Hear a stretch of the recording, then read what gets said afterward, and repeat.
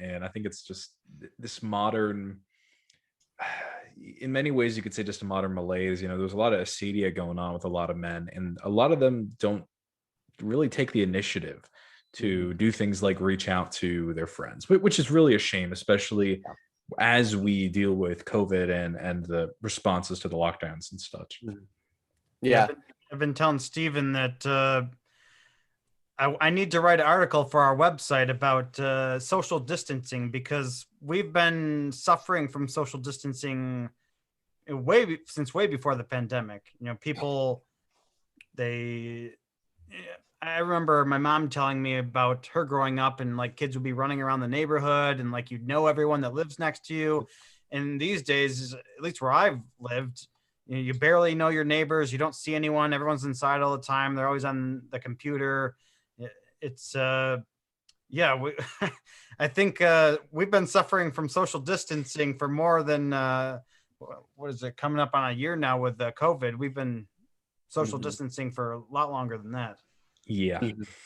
I agree. I was listening to a podcast recently, and he says basically, if you don't know your neighbors, then you're wrong, just plain and simple. And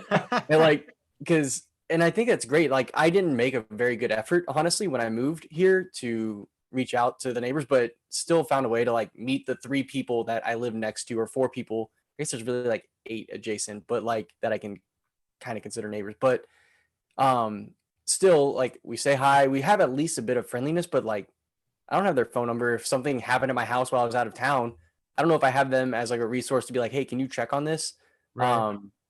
I know that if something ever happened, my neighbor across the street has cameras, so we can something happens there, I can see it. But it's different than my parents, where I grew up.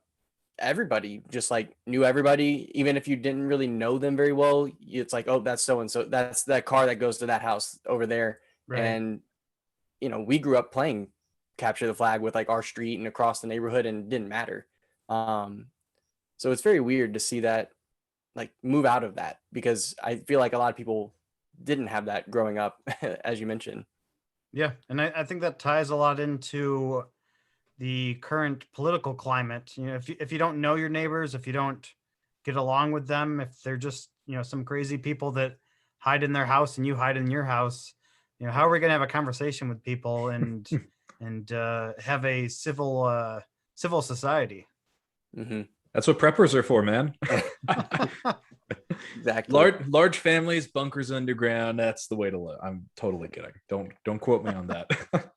I mean, you're not far off as far as I'm concerned. Hey, my wife and I are reading a prepper book together, just in case. Nice.